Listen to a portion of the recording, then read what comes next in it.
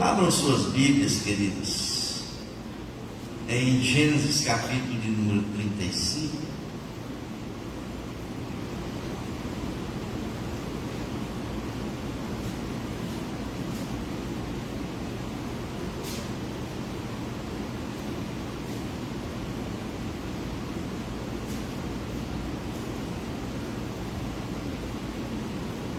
Versículo de número 16 ao versículo de número 22. Gênesis capítulo de número 35, versículo 16 a 22. Diz assim a palavra do Senhor: Partiram de Betel, e havendo ainda pequena distância para chegar a Efrata, deu à luz Raquel um filho, cujo nascimento lhe foi a ela penoso. Em meio das dores do parto, disse-lhe a parteira: Não temas, pois ainda terás este filho. Ao sair a alma, porque morreu, deu-lhe o nome de Benoni, mas seu pai chamou Benjamim. Assim morreu Raquel e foi sepultada no caminho de Efrata, que é Belém. Porém, a sepultura de Raquel levantou Jacó uma coluna e existe até o dia de hoje. Então partiu Isabel e armou a sua tenda, partiu Israel e armou a sua tenda além da torre de Éder. E aconteceu que, habitando Israel naquela terra, foi Rúben que se deitou com Bila, concubina de seu pai. E Israel o soube. Eram 12 os filhos de Israel. Amém. Muito bem, queridos. Eu não sei como vocês reagem aos infortúnios da vida. Eu tenho visto reações das mais diversas que você pode imaginar, desde a indiferença ao fato, a letargia muitas vezes no que está vendo, como se fosse algo que não estivesse acontecendo, né? Aquele momento letárgico, como o desespero, como uma angústia muito forte, que leva as pessoas muitas vezes ao desespero, à perda total do controle emocional diante dos infortúnios. Aqui, por exemplo, a gente tem a morte de Raquel, que teve o seu segundo filho que foi Benjamim. Na verdade, o nome de Benjamim foi dado por Jacó, né? O filho é Benoni, esse é o nome do filho, foi dado pela mãe. E Raquel morreu no parto, foi um parto difícil, ela chegou a falecer no parto. E a reação de Jacó foi uma reação muito radical, porque ele amava o primeiro filho de Raquel, de José, mas ele passou a ter uma indisposição sentimental, emocional com esse segundo filho de Raquel, exatamente porque ele foi motivo da morte de Raquel. Não que ele não o amasse, ele amava Benjamim, vamos chamar de Benjamim, que é conhecido na Bíblia como Benjamim. Mas o infortúnio o levou a uma situação emocional, vamos dizer assim, desesperadora, pela perda da mulher que ele amava, que era Raquel. Mas eu trouxe esse texto para introduzir o assunto dessas reações ao infortúnio, porque o que me chama a atenção a partir desse momento de Gênesis é a figura de José. José é uma inspiração para todos nós. Como é que José reagiu aos infortúnios da vida? Como é que ele nos ensina em determinados momentos as coisas que acontecem conosco, como é que nós devemos então nos comportar, nos reagir? Eu sei que cada pessoa tem uma estrutura diferente, né? Tem uma estrutura emocional diferente. Mas, muitas vezes, essa estrutura emocional, ela está sob um controle maior, que é o controle do Espírito Santo que habita em nós. Então é possível que em determinados momentos da nossa vida, que a gente venha a enfrentar essas situações, a gente esteja sob o controle do Espírito e não sob o controle das nossas próprias emoções. Porque se a gente se deixar levar pelas nossas emoções, a gente vai perder o controle, né, da nossa situação, do nosso equilíbrio emocional, que nos permite muitas vezes a superar esses momentos. E eu quero pensar então com vocês sobre essas daqui para frente, porque o texto vai começar a falar sobre José, de toda a história de José. Então nós não vamos ler toda a história, porque já é conhecida de vocês, mas nós vamos comentar alguns pontos que eu acho que são importantes da reação de José ao longo da sua vida. Nós temos que, começando sobre, se a gente puder falar um pouco sobre a vida de José e a sua importância para o povo judeu. A gente sabe que José foi o primeiro filho de Raquel. Na verdade, José foi o filho amado de Jacó. Ele demonstrava isso aos demais filhos, e que ele amava mais a José do que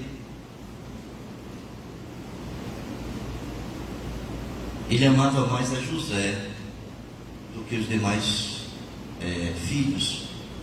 E isso é uma coisa que estava assim, às claras. Ele não escondia o fato. Ele até presenteava José, e isso causava uma certa conflito entre os irmãos por causa disso. Ciúme foi gerado entre os irmãos por causa disso. Mas José teve 2 períodos na sua vida. Aliás, 3 períodos na sua vida. O período em que ele estava com a família, no início até os 16 anos, 17 anos, em que ele estava ali com os pais e os irmãos. O período em que ele foi vendido para o Egito, e que ele passou por aqueles momentos difíceis. E depois um período em que foi extremamente abençoado por Deus, onde aí ele terminou as suas vidas em uma situação confortável como governador do Egito. E essas 3 fases nos trazem algumas reflexões, porque a primeira fase com a família não foi uma fase muito boa. Apesar dele adolescente, a vida adolescente é meio difícil, mas naquela época, um adolescente de 16 anos era considerado um homem, ele já estava pronto para a guerra, ele já trabalhava, ele já exercia suas funções. Era um pouco diferente do pensamento de hoje. E José, ele tinha uma característica que já demonstrava a sua fidelidade a Deus. Por exemplo, uma coisa que causou um conflito muito grande entre ele e os irmãos, é que ele ia pastorear as ovelhas do pai com os irmãos, mas quando ele presenciava atitudes erradas dos irmãos, ele chegava para o pai e dizia: olha, fulano, ciclano, meus irmãos fizeram coisas erradas, praticaram atos errados, e isso fazia com que os irmãos aumentassem, não o ciúme, mas o conflito entre eles. Eles tinham verdadeiramente ódio de José. Então vejam que não foi uma relação muito boa, familiar muito boa, por causa dessa característica de José. E aí, teve um determinado momento em que José teve 2 sonhos. Vocês sabem, 2 sonhos que José teve. Os sonhos que José teve foi em que Deus estava revelando para José de que ele seria, em algum momento, ele não sabia quando, mas em algum momento ele seria o chefe da família. Ele seria o patriarca. Nós estamos falando aqui patriarcado, naquela época. Então ele seria o patriarca da família. E aí os irmãos, nem o pai, no segundo sonho, gostou dessa história. Por quê? Porque ele recebeu a visão de Deus, ele recebeu a revelação de Deus e ele imediatamente ele comunicou à família que Deus havia falado através de sonhos para ele. E o que é que acontece? Acirrou o problema. Acirrou o problema. E ele então, em determinado momento, os irmãos estão pastoreando as ovelhas do pai, e o pai, preocupado com os irmãos, manda que ele fosse lá. E aí é armado uma estratagema para matar José. Só não foi morto porque Rúben, o filho mais velho, impediu que fizesse. Mas ele acabou sendo vendido como escravo para o Egito. Então vejam que os infortúnios, ele vem acontecendo. Primeiro, a gente precisa entender que o infortúnio é algo que pode acontecer a qualquer momento, mas pode ser também com consequência de um ato nosso, por uma atitude que a gente toma, que mesmo que muitas vezes seja uma atitude correta e transparente, mas que há uma reação negativa das outras pessoas em relação a gente. Então vejam, José, ele tomou a atitude de ser fiel, diante de Deus, naquilo que ele via e naquilo que Deus falava para ele. E ele então teve uma reação negativa dos irmãos. Então o infortúnio, irmãos, todos nós aqui, nós estamos sujeitos a sofrer infortúnios, seja por circunstâncias da vida, seja por alguma situação em que nós estamos ali naquele meio que acontece, ou seja por causa de outras pessoas que agem contra a gente, de tal forma a prejudicar a vida da gente, a prejudicar aquele momento da nossa vida, da nossa existência. E José nos demonstra que é uma coisa inesperada muitas vezes. Aliás, quando se fala em infortúnio, normalmente infortúnio é inesperado. É inesperado na nossa vida. Mas o que importa aqui para a gente todos nós passamos por situações como essa, mas como é que nós lidamos com essas situações? Somos seres humanos, sofremos, temos nossas lutas, dificuldades, nossas fraquezas, nossas limitações como seres humanos. Aí a gente muitas vezes não sabe nem como lidar com essas situações. E José então, ele é vendido. A gente viu aí a origem do conflito. Eu tinha isso em PowerPoint, mas a gente está sem o projetista, então depois eu posso repassar isso para vocês. Mas a gente viu isso no capítulo 37, de Gênesis, em a origem do conflito. Os sonhos também foram contados ali no capítulo 37, e o momento em que José é vendido como escravo para o Egito. Quando ele chega no Egito, ele então passa a servir na casa de Potifar. Esse é o primeiro momento. Então vejam, irmãos, José poderia ser uma pessoa altamente iracunda, podia ser uma pessoa altamente revoltada com a vida, podia ser uma pessoa que não tivesse mais ligando para nada, mas a gente percebe em José que ele continuou a vida dele. As coisas começaram a acontecer na vida, mas ele continuou tocando, sabendo que aqueles momentos da vida foram permitidos por Deus. E que muitas vezes, quando a gente passa por situações como essas, e a gente começa a murmurar e a perguntar: onde está Deus? Por que Deus permitiu que isso acontecesse comigo? E nós começamos a questionar determinadas situações, porque nos revoltamos daquela situação que estamos enfrentando, que muitas vezes é dolorosa demais para a gente, porque a gente não consegue suportar aqueles momentos, e a gente começa a questionar. Mas a reação de José, que a gente percebe, irmãos, é uma reação diferente. Ele passou por aquele momento que quase morreu. Os irmãos jogaram ele num buraco. Ele passou a noite num buraco ali. Foi tirado do buraco, vendido como escravo, e ele chega no Egito, ele começa a trabalhar na casa de Potifar normalmente, como ele entendesse aquela situação diante de Deus. E ele então passa a trabalhar e se dedicar ao trabalho. Ele poderia muito bem ser uma pessoa revoltada, ele poderia dizer assim, revoltado, escravo, ele podia servir ali de uma forma obrigatória, mas o que a gente entende, para ele chegar no nível que ele chegou, ali na casa de Potifar, a gente entende que ele não prestou um serviço obrigatório, ele fez com prazer. O que ele fez foi com amor.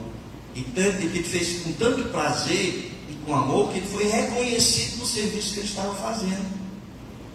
E ele foi tão reconhecido pelo serviço e pela fidelidade, porque ele poderia dizer, esses egípcios aí são meus donos, meus proprietários, meus senhores, as pessoas que realmente me obrigam aqui a estar aqui, eu podia estar com a minha família, não é isso? Mas ele não, ele prestou um serviço, um serviço de qualidade, de excelência, e ele foi reconhecido por aquele serviço que ele estava prestando. E ele foi tão reconhecido que Potifar o elevou à situação de ser praticamente o cara que mandava em tudo na casa de Potifar. Potifar entregou tudo na mão dele, disse assim, olha, tudo aqui você pode, tudo aqui é seu, eu gerencio tudo isso aqui, você só não pode tocar na minha mulher. Aquela questão, que Deus falou para Adão, colocou Adão no jardim do Éden, e Deus disse para Adão que, está aqui, olha, tudo é teu, você pode comer todos os frutos das árvores que tem aqui no jardim do Éden, você só não pode comer do fruto da árvore que está no meio do jardim. Mesma coisa foi Potifar. Potifar disse assim, tudo aqui é teu, só não é teu a minha mulher, mas o resto você vai mandar, nesse pedaço aqui. E aí acontece um fato interessante, e a gente faz um paralelo, porque a mesma oportunidade que José teve ali, foi a mesma oportunidade que Adão teve de não pecar naquele momento. A tentação foi a mesma, o sentido é o mesmo. E ele poderia muito bem já estar num estado, se ele estivesse nesse estado de revolta, de tudo aquilo que estava passando, ele poderia chutar o balde.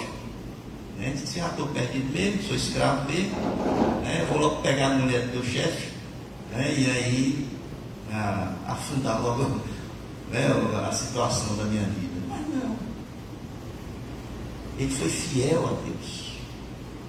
Ele se manteve fiel, mesmo numa situação, irmãos, que ele estava, ele se manteve fiel a Deus. A oportunidade ele teve, mas ele disse assim, não, Deus acima de todas as coisas. Deus acima de todas as coisas. E ele então, irmão, sabe o que aconteceu? Esse comportamento de José permitiu que Deus fosse com ele. Agora imagine, diz o texto, deixa eu ver aqui,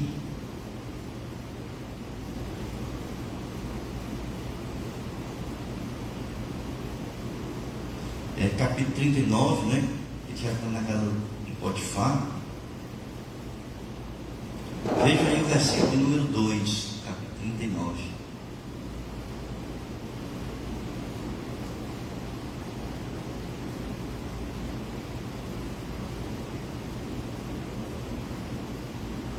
Versículo 2, capítulo 39, diz assim: o Senhor era com José, que veio a ser homem próspero e estava na casa do seu senhor egípcio. O Senhor era com quem? Com José. O Senhor não tirou ele lá da escravidão. O Senhor não o libertou naquele momento da escravidão. Mas o Senhor era com ele lá na escravidão. Na situação, na circunstância, no infortúnio. Deus não lhe tira do infortúnio, mas Ele está com você no infortúnio. Isso é importante para a gente. a gente perceber e a gente entender que a nossa força para enfrentar aquelas situações não vem de nós mesmos, mas vem de Deus. E que Deus estando conosco, nós vamos passar por aquela tempestade, nós vamos passar por aquelas situações de uma forma vitoriosa, porque Deus vai abrindo os caminhos para que a gente possa estar passando naquela estrada cheia de espinhos que muitas vezes nós estamos pisando na nossa vida. E Ele é a sola do nosso sapato. Nós estamos passando pelos espinhos, mas o solado é Deus. Nós não estamos sentindo os espinhos nos picarem naqueles momentos de infortúnio. Deus era com José. Mas por que Deus estava com José naqueles momentos, irmãos? Por que Deus estava com ele? Porque ele foi fiel ao Senhor. Se ele não tivesse sido fiel, Deus não estava com ele. E ele então, e pela fidelidade, agora entendo aí, ele foi penalizado. Ele foi penalizado porque ele foi fiel a Deus. Você já viu isso? Mas Senhor, eu sou fiel a Ti, né? Sou fiel, e sendo fiel a Ti, eu fui penalizado porque fui fiel a Ti. Irmãos, olha, Deus tem um propósito na vida da gente, e a gente não entende. Muitas vezes a gente só vai entender isso lá na frente. A gente questiona: Senhor, onde foi que eu errei, né? O que eu fiz para passar por situações como essas? Por que eu estou sendo penalizado? É como Jó. Jó, ele chegava diante de Deus: Senhor, fala para mim, onde está meu erro? Eu quero saber onde está meu erro, não é? O que eu fiz para ser penalizado na vida? Então, muitas vezes nós estamos ali perguntando a Deus: Senhor, o que foi que eu fiz para passar por situações como essas? E Deus permite que a gente passe. José, mais uma vez, ele foi penalizado pela sua fidelidade a Deus, e Deus o manteve, Deus o sustentou, e ele se manteve, ele continuou, mesmo sendo fiel à fidelidade a Deus, sendo fiel a Deus.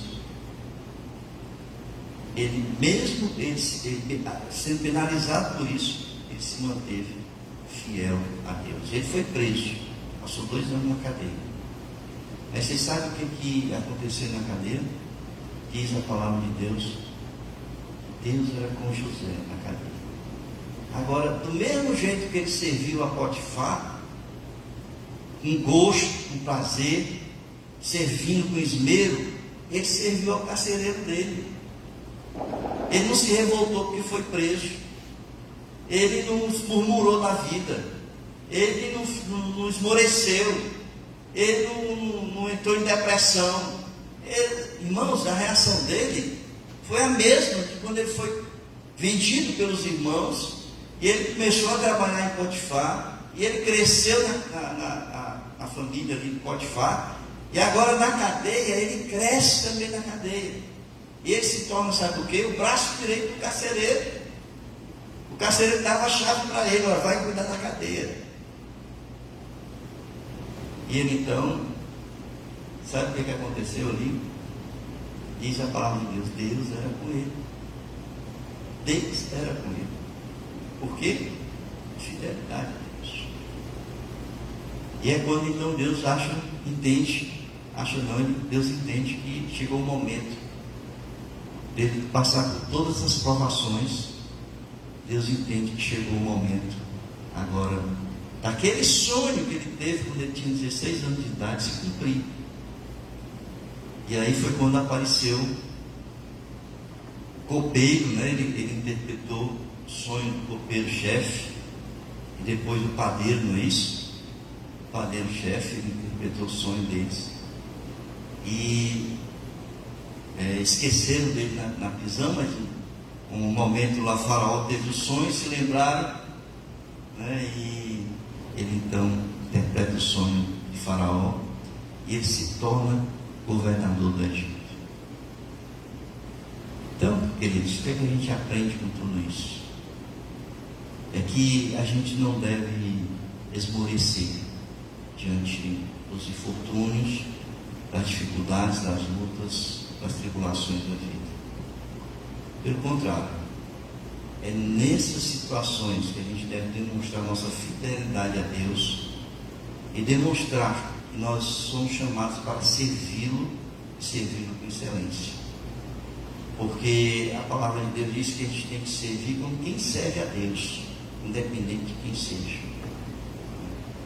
Então aonde a gente estiver, a gente tem que demonstrar que nós somos filhos de Deus e servi-lo aonde as pessoas, nas circunstâncias em que nós estivermos, porque assim, demonstrando fidelidade ao Senhor, Ele vai ser conosco em todos os momentos da nossa vida. Amém, queridos? Que Deus nos abençoe e nós possamos ter